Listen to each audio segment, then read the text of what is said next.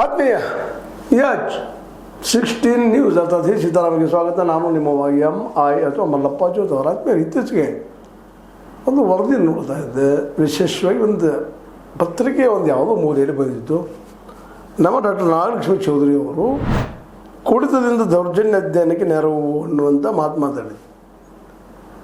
ಕುಡಿತದಿಂದ ಮನುಷ್ಯರು ಹೆಂಗೆ ಹಾಳಾಗ್ತಾವ, ಸಮಾಜ ಹೆಂಗೆ ಹಾಳಾಗ್ತದೆ, ಕುಡಿತದ ಪರಿಣಾಮಗಳೇನು, ಅದು ಆ ದಿಶೆಯಲ್ಲಿ ಮತ್ತು ಹೆಣ್ಮಕ್ಳ ಬದುಕು ಯಾವ ರೀತಿ ನರಕ ಆಗ್ತದ ಅನ್ನುವಂಥ ಅನೇಕ ವಿಷಯಗಳ ಕುರಿತಾಗಿ ಮಾತಾಡುವಂಥದ್ದಷ್ಟಲ್ಲ, ಒಂದು ಸಂಶೋಧನೆ ಮಾಡಬೇಕಾಗಿದ್ದಂಥ ಮಾತನ್ನು ಮಾತಾಡ್ತಾ ಇದ್ದಾರೆ ನಮ್ಮ ರಾಜ್ಯ ಮಹಿಳಾ ಆಯೋಗದ ಹೆಣ್ಣುಮಗಳು ಅಧ್ಯಕ್ಷೆ. ಇದಕ್ಕೆ ಯಾಕೆ ಮಾತನ್ನು ಇವತ್ತು ಅದು ಎತ್ಕೋಬೇಕಾಗ್ತದೆ? ಇವತ್ತು ನಾವು ಅನೇಕ ಕುಟುಂಬಗಳಲ್ಲಿ ನೋಡಿದ್ದೀವಿ, ಅನೇಕ ಕುಟುಂಬಗಳು ಇವತ್ತು ಬೀದಿ ಬಿದ್ದಿದ್ದು ನೋಡಿದ್ದೀವಿ.